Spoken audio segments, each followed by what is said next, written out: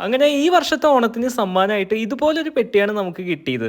പെട്ടി മാത്രമല്ല, പെട്ടിക്കകത്തും കുറച്ച് സംഭവങ്ങളൊക്കെ ഉണ്ട് കേട്ടോ. പൂക്കളൊക്കെ തികയാണ്ട് വരുമ്പോൾ നമ്മൾ ചെയ്യണ ചില ഉടായിപ്പ് പരിപാടിയില്ലേ, അങ്ങനെ ഒരു പൂവായിരുന്നു ആ വെള്ളപ്പൂവ്. അതെന്താണെന്ന് നിങ്ങൾക്ക് മനസ്സിലായോ?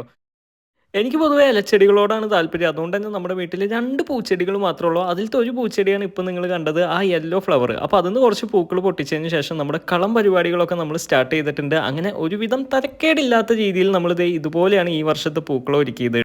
ആദ്യമായിട്ടാണ് ഇതുപോലൊരു ഓണം സ്പെഷ്യൽ വീഡിയോയൊക്കെ നമ്മൾ ചെയ്യണത് കേട്ടോ. അതിനൊരു കാരണമുണ്ട്. നമ്മുടെ വീഡിയോസൊക്കെ കാണാൻ നിങ്ങൾ കൂടെ ഉണ്ട് എന്നുള്ളൊരു സന്തോഷം കൊണ്ട് മാത്രമാണ് നമ്മളിത് ഇതുപോലെയൊക്കെ കുറച്ച് കാര്യങ്ങൾ സ്റ്റാർട്ട് ചെയ്തത്. അപ്പോൾ ഈ 2 ഐറ്റംസാണ് നമ്മുടെ ഓണപ്പെട്ടിയുടെ ഉള്ളിൽ ഉണ്ടായിരുന്നത്. അതിൻ്റെ ആ ഒരു പാക്കേജിങ് എനിക്ക് ഒരുപാട് ഇഷ്ടപ്പെട്ടു. നല്ല രസമായിട്ട് തോന്നിയ കാരണമാണ് നമ്മുടെ ഇന്നത്തെ വീഡിയോയിൽ നമ്മൾ മാംഗോ ബേക്കേഴ്സിൻ്റെ ആ ഒരു ബോക്സും ആ ഒരു കാര്യങ്ങളൊക്കെ നമ്മൾ ഉൾപ്പെടുത്തിയത് കേട്ടോ. അപ്പോൾ അങ്ങനെയൊക്കെയാണ് നമ്മുടെ ഈ വർഷത്തെ ഓണം വിശേഷങ്ങളും കാര്യങ്ങളൊക്കെ ഉണ്ടായിരുന്നത്. അപ്പോൾ എൻ്റെ എല്ലാ കൂട്ടുകാർക്കും സ്നേഹം നിറഞ്ഞ ഓണാശംസകൾ.